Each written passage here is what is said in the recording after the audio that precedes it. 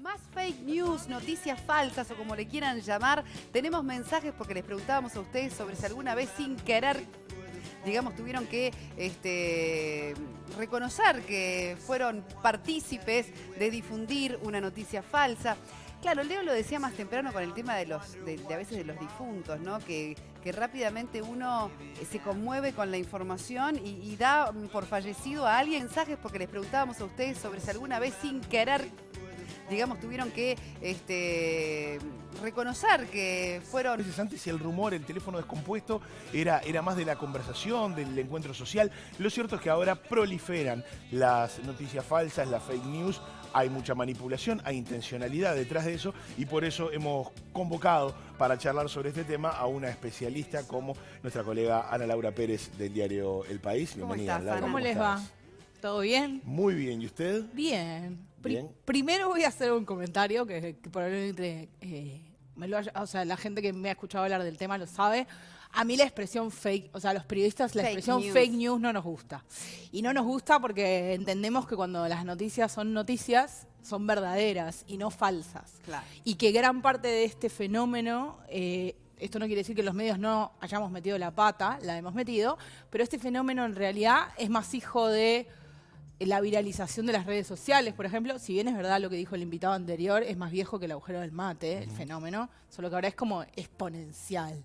Claro, Está bien todo lo el que tiempo. decís, porque sabes que los periodistas salieron a defenderse mucho de que se los culpa a ellos de difundir noticias falsas. Sí. Y no es culpa del periodista. El periodista se tiene que hacer cargo de rechequear quizás mucho más ahora la información Hemos que hecho, antes. o sea, a veces funcionamos como parte de la viralización también, evidentemente. Pero no son los generadores. Y En por general eso... no, y creemos que podemos colaborar en que el fenómeno no ocurra o al menos no ocurra tanto. Bueno, la primera pregunta sería... La respuesta quizá más obvia podría ser por las redes, pero hay algo más profundo. Es por qué hoy por hoy prosperan tanto, avanzan tanto las noticias falsas en el terreno digital especialmente. Porque lo que hubo fue un cambio a partir de Internet, pero sobre todo a partir de las redes sociales, lo que hubo fue un cambio, un quiebre en lo que se llama el ecosistema informativo. Antes, los medios, si se quiere, los periodistas éramos como si fuéramos porteros, gatekeepers de las noticias. Nada que no salía en el medio existía. Vos para poder hacer pública una noticia la tenías que poner en un medio. Televisión, radio, diarios, eso no cambió con el nacimiento de cada uno de esos medios. Lo que pasó a partir de Internet y de los blogs y después a partir de las redes sociales terminó de explotar enormemente, es que ahora todos podemos generar contenidos que se vuelven virales. A veces hay gente que tiene más seguidores que un medio de comunicación. Y a partir de ahí...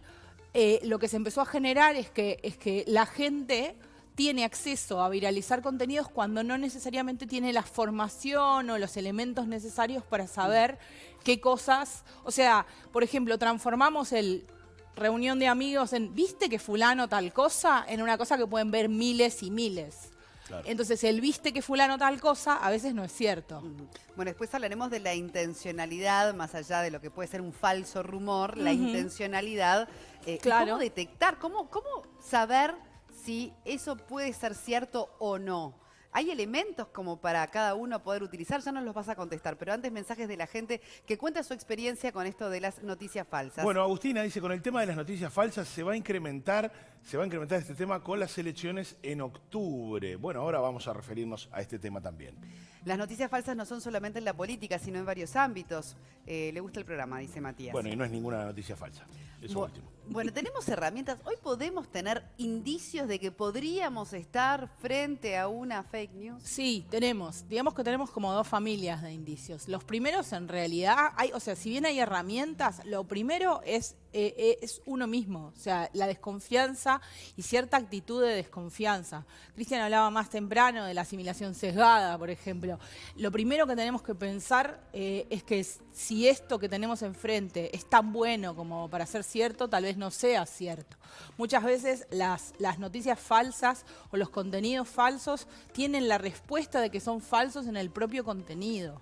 O sea, si uno mira el propio contenido, no tiene que hacer una búsqueda reversa ni salir a buscar nada. Está ahí que, por ejemplo, uno que en general pongo de ejemplo, que es este, porque vuelve, es este mensaje que dice que hay niños con labio leporino que se operan gratis en el hospital militar. el teléfono que aparece tiene 9 cifras. Entonces la respuesta a que eso no es en Uruguay está en el mensaje.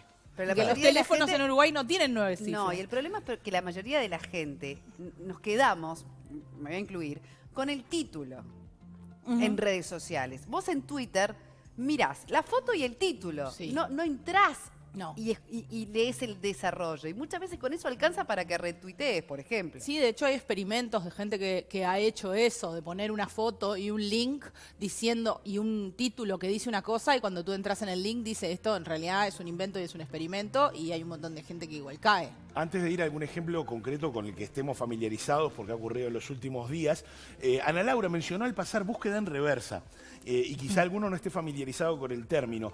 Es, por ejemplo, buscar el origen, por ejemplo, de una imagen. Entonces alguien viraliza una foto, y yo tengo un ejemplo muy concreto donde Ana Laura me enseñó una charla cómo hacer la búsqueda en reversa. A ver. Y alguien publicó en una red social una toma de un cuerpo policial entrando a una favela en Río de Janeiro, ¿no? Lo que sería un allanamiento. Y dijo, esto está pasando ahora, en este momento, En Casaballe. gracias a Bolsonaro. No, gracias a Bolsonaro. Y tomé la foto e hice la búsqueda en reversa, y la foto era del año 1994. Era Sí. efectivamente un allanamiento, era en una favela, pero no era en Claro. 2018. O también buscar a ver si otros servidores u otros medios también están con esa noticia. Porque es raro que sea un solo medio el que tenga una noticia bomba. Bueno. decir, Bueno, eso es bastante común. En general, este tipo de cosas también juegan mucho con la idea que tiene mucha gente de que hay conspiraciones en los medios para tapar noticias, por ejemplo. Porque es raro, lo interesante es que a uno le pueden gustar algunos medios y a otro otros, pero en general, y Uruguay es un buen ejemplo, hay un ecosistema de medios que refleja casi todas las posiciones. Entonces sería raro que nos pusiéramos todos de acuerdo para tapar una cosa. Sin embargo, mucha gente cree ese mensaje de esto no lo está dando ningún medio porque hay como una conspiración. Porque lo primero que hay que hacer es googlear. Y si ningún medio medianamente prestigioso lo está dando, lo más probable es que no sea cierto, al menos no tan cierto, o al menos necesite de cierto proceso de tiempo para chequear que eso sea cierto. Eso es clave. Hablando de Vamos con- asimilación sesgada, y tenemos, por ejemplo, un caso paradigmático este fin de semana. Exactamente. Adelante, Cristian, con el caso Andrade. Y bueno, tiene que ver, vamos a de paso decir que el miércoles nos va a visitar el precandidato Oscar Andrade, va a estar aquí en Buen Día Uruguay, vamos a estar charlando entre otras cosas de estos temas. Ana Laura, esta foto, esta publicación de Instagram que involucra a uno de los hijos, a la hija de Oscar Andrade, menor de edad, disfrazada para una fiesta, una publicación que tiene algunos años y que es manipulada por un usuario, se empieza a viralizar. Con y un allí comentario, además, que decía, Exactamente. cuando era chica y ya estaba para la revolución. Bien, y bueno, es replicada porque precisamente, hablando de asimilación sesgada, esto también de alguna manera nutre el juicio que tienen algunos usuarios, por ejemplo, sobre Oscar Andrade. Claro, los hace mucha gente, digamos, esto ocurre de los dos lados, digamos, siempre del espectro ideológico o en todos los lugares del espectro ideológico. Lo que pasa es que mucha gente le parece que le cierra con un montón de cosas que entiende que son de esa manera y entonces no se toma 5 minutos para pensar que esa supuesta arma que tiene esa chica que tenía 15 años en esa foto es lo que se conoce como yo no sé mucho de armas, pero por la gente que he consultado, se conoce como un arma de guerra. Y tener un arma de esas características en el Uruguay no es una cosa tan fácil, ni siquiera con permiso. Y sería además bastante extraño que un sindicalista del nivel de conocimiento que tiene antes de ser precandidato y con el nivel de exposición le prestara a su hija un arma de guerra e incluso le dejara sacarse una foto y subirla a redes sociales. Pero además pasaron 3, 4 años de esa foto. Lo interesante es que si eso fuera así, probablemente hubiera pasado algo antes. Hay todo un montón de cosas que te llevan a pensar que lo más probable es que el arma no sea cierta. Sin embargo, me pasó que cuando hice una serie de un hilo explicando el concepto de asimilación sesgada y explicando esas cosas, gente me decía, bueno, pero necesito pruebas de que esa arma es de plástico. ¿Y? Tú no necesitas pruebas de que ella es la hija de Oscar Andrade, por ejemplo. Nadie pidió pruebas de que ella era la hija de Oscar Andrade, No pero puedo sí creer de que alguien haya escrito sí, eso. más de uno. No, sí puedo creer, sí puedo creer. Sí. Definitivamente puedo creer. Bueno, lo que pasa es que cuando a uno le sirve creer algo, Exacto. se niega todo, es decir. Es que eso es... Y además lamentablemente se vuelve en una cosa divertida, porque enchastrar de una manera tan fácil. Porque y a la además vez que te dé elementos como para argumentar tu posición, ya sea ideológica o en contra de alguien. Alimenta fieras, digamos. Está estudiado, por ejemplo, que por arriba del 70% de los contenidos falsos son lo que se conoce como un meme, que en este caso esta publicación funcionaría como un meme. Es una foto con un cartel. Eso tiene una fuerza y una capacidad de viralización, porque es un contenido que vos absorbés en 4 o 5 segundos. Entonces, nada, absorbés y retuiteás o reposteás. O compartís por WhatsApp. O compartís por WhatsApp. Son, nada, 3, 4 segundos donde no te tomás... Nadie puede hacer un razonamiento profundo en 3, 4 segundos. No es que hay gente que no puede y gente que sí. Es simplemente que no hay que hacer cosas en 3 o 4 segundos. Lo que hay que hacer es tomarse el tiempo. Hay un problema con la tranquilidad de conciencia modelo siglo XXI, ¿no? Que es esa cosa de comparto por las dudas, me quedo tranquilo, que hice un buen gesto con mis usuarios y mis amigos virtuales y demás. Ayer vi un ejemplo paradigmático y quedé sorprendido porque lo compartió, digamos, un artista uruguayo a través de Facebook, que es una persona que le hace culta, formada, instruida. Dijo, esto está pasando en Argentina hoy, ponías el video y estaba la bandera y el escudo de Perú. Entonces ya llega un momento que decís, bueno, te agarrás la cabeza y decís, pero es que no es un tema. No se toma ni el tiempo. Vamos a rendirnos, nos uno ganaron. No se toma ni el tiempo. Ahora, vamos a separar las cosas, porque una cosa son las noticias falsas, otra cosa es la difamación, ¿no? Y aquello que también salió preocupadísimo el Ministerio del Interior, que tuvo que colocar un teléfono por las famosas estas camionetas que secuestraban niños. Bueno, el fenómeno de la camioneta blanca es un fenómeno súper interesante, horrible y súper interesante, del que se habla poco porque tiene una serie de aristas que a veces a uno le cuesta abordar, porque también parece como que a uno no le importa, que en algunos casos pasan cosas feas en serio, pero el fenómeno de la camioneta blanca es un fenómeno que tiene 10, 15 años, que aparece y desaparece en casi todos los países de habla, con todo, además, en casi todos los países de habla hispana. De hecho, por ejemplo, si lo googlean, en España hay montones de notas en el país de Madrid y en el mundo hablando del fenómeno de la camioneta blanca. Es muy interesante que la camioneta siempre es blanca, que siempre hablan de un furgón, por ejemplo, de una camioneta grande.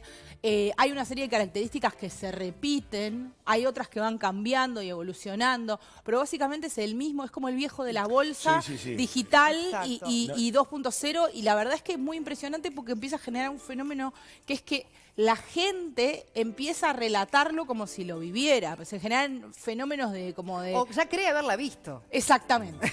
Bueno, exactamente. Pasa algo similar con las partidas de alimentos y medicamentos vencidos. 2x3 aparecen cadenas de WhatsApp que dicen, cuidado, no consumir determinado tipo de productos que ni siquiera están a la venta en plaza. Ana, después te quiero preguntar igual específicamente un medio como El País, si en algún momento se vio en una situación complicada de tener que revisar o una noticia o una foto que les haya... Porque escuché una vez un periodista decir algo muy interesante. Hoy, lamentablemente, los medios, más que estar generando noticias, tenemos que estar destinando un montón de tiempo a chequearlas, más que a generarlas o más que ir a buscarlas, porque es tanto lo que nos insume, estar seguros de no publicar algo falso, que al final destinamos una parte del personal a eso, perdiendo la calidad periodística para lo que están, ¿no? Los medios de comunicación. Ahí yo creo que es parte de nuestro trabajo. Es eso que yo explicaba hoy al principio. El cambio de ecosistema generó. A mí, cuando yo estudié periodismo, me enseñaron, si no pasó, no es noticia. Y todos los periodistas del mundo nos educaron en esa cabeza. Entonces tuvimos que hacer el proceso de decir, bueno, no, lo que pasa es que si ahora lo tiene todo el mundo en el WhatsApp, hay que salir a decir que algo no pasó. Porque si no, la gente piensa que pasó. Entonces, sí, se subvirtió en gran medida algún trabajo de los periodistas, y a veces también hay una presión muy fuerte de adentro de los medios y de la propia gente cuando vos no publicás. Por esto que yo decía de la conspiración. Claro. Nos están pasó, tapando, por ejemplo, están tapando esto que está pasando. Claro, nos pasó, por ejemplo, hace unos años con el episodio terrible del tiroteo en el que murió esta pareja y quedó su hijo chico, que ellos estaban involucrados en el narcotráfico y atropellaron a una chica en la Costa de Oro. Y fue de madrugada. Y nosotros, había mensajes por todas las redes sociales. El equipo nuestro estaba en el proceso de chequear eso. Y recibíamos todo el tiempo mensajes en redes y en WhatsApp y en todos lados diciendo, no lo tapen, ¿por qué no lo están dando? Es que un medio y un periodista responsablemente no puede dar cosas que no son ciertas. Después, de hecho, nos mandaron una foto de una camioneta muy parecida, con las puertas abiertas y toda chorreada de sangre, que decía, esta es la foto de la camioneta, y haciendo una búsqueda reversa, resulta que era en México, resulta que tenía 5 años, etc. Sí, hace poco, antes de ir a los mensajes, hace poco, del rodaje de la serie Narcos, se viralizó un video que decía, esto está ocurriendo en Minas, Uruguay, y era un tiroteo que claramente tenía hasta camarógrafos detrás. Pero bueno, vamos a algunos de los mensajes que han llegado en estos minutos que estamos compartiendo esta charla. Andrea dice, es importante saber que el Ministerio del Interior tiene la línea verde donde se puede corroborar, por ejemplo, las denuncias de desaparición de personas. Y María José dice, yo copié una noticia en Facebook sobre una chica que había ganado un premio como estudiante en Europa. Me llovieron un montón de mensajes por privado avisándome que era una actriz porno. Mia Khalifa. Mia Khalifa es un caso buenísimo porque Mia Khalifa ha sido estudiante que ganó un premio, ha sido científica, ha sido bibliotecóloga, ha sido la hija de un candidato presidencial de Perú, ha sido tanta cantidad de cosas. Pero siempre aparece la publicación que dice, como no es deportista, no la nombro. Exactamente, pero ha sido de todo, no, es interesante, pero no he logrado, al menos nadie todavía, colegas o investigadores de este tema, determinar por qué Mia Khalifa, por qué tenemos esa fijación. Porque tiene lentes. Porque está de lentes, usa lentes. Pero hay montones pero es con ella. Genial. Ahora, más Qué allá poco de... porno estamos mirando, esa es la reflexión. Bueno, sí. Ahora, está bueno porque no es solo para noticias malas. Ojo, también no. exaltando cosas buenas, podés estar cayendo en una noticia falsa. Es que de hecho el caso de Mia Khalifa es el tercero de casos de ese tipo. Hubo 2 anteriores con varones, un chico que había ganado un concurso de videojuegos y que en realidad, según el fake, supuestamente había ganado una olimpiada, creo que de física o de química, y hubo otro caso anterior y ninguno era cierto. Ana, a raíz de lo de Andrade también todo el sector político, oposición y también oficialismo salieron a pedir no enchastrar la cancha de esta manera, ¿no? Que se viene, todavía queda lo peor, digamos, de la campaña electoral y ya los ejemplos son muchos. ¿Cómo crees que se va a desarrollar este año en esa materia? Me encantaría decirte que ese mensaje va a redundar en resultados positivos, pero mucho me temo que así son las campañas electorales ahora. Ojalá me equivoque. Pero creo que así son, porque a veces lo que pasa es esto que decíamos al principio, la gente tenemos todos acceso a generar un contenido así. Y en todos los políticos, todos los candidatos tienen seguidores que cruzan ciertas líneas que no deben cruzar. Y en esto, indudablemente, entonces... Muy probablemente pase. Tratemos de que pase lo menos posible. Yo creo que el control tiene que ver con no viralizar más que con que no se produzca el contenido. Porque productores de contenido falso... No se puede controlar. Pero es muy difícil, pero uno tiene que tratar de que eso se quede lo más encapsulado que sea posible. Yo lo que sí le recomiendo a los televidentes es seguirla a ella, Ana Laura, en las redes sociales porque hace continuamente un seguimiento de estas noticias. Nosotros hemos repasado algunos aspectos más folclóricos. Recordemos que en México y en India ha muerto gente por viralización de noticias falsas. Así que bueno, estamos hablando de algo que definitivamente hay que ponerle. ¿En qué sentido? A ver, aclara un poquito. No. Concretamente, brevemente, Ana Laura, si podés repasar el hecho. En India particularmente, que murieron más de 20 personas en el último conteo, lo que ocurre es que circula un video que es una campaña de bien público pakistaní que muestra un supuesto secuestro de un niño, que en realidad es una campaña. Se viralizó por WhatsApp. En India hay una gran población analfabeta, entonces consumen mucho contenido de video sin texto. Y hay cierto analfabetismo digital también, que hace que no tengan elementos para entender que eso es una campaña. Lo que pasó es que hay hordas de vecinos que asesinan a otros vecinos, los linchan y los lapidan porque empieza a circular el mensaje de que esos son parte de la banda que secuestra niños. Más de 20 personas muertas en India, y en México se ha producido un fenómeno similar de denuncias. Murieron no hace mucho un padre y un hijo linchados porque supuestamente habían participado de secuestros de niños. Terrible, terrible. Es terrible, es terrible. Ana Laura, muchísimas gracias Por favor, un por placer. esta Muy visita interesante, y ojalá ¿eh? podamos seguir conversando de estos temas.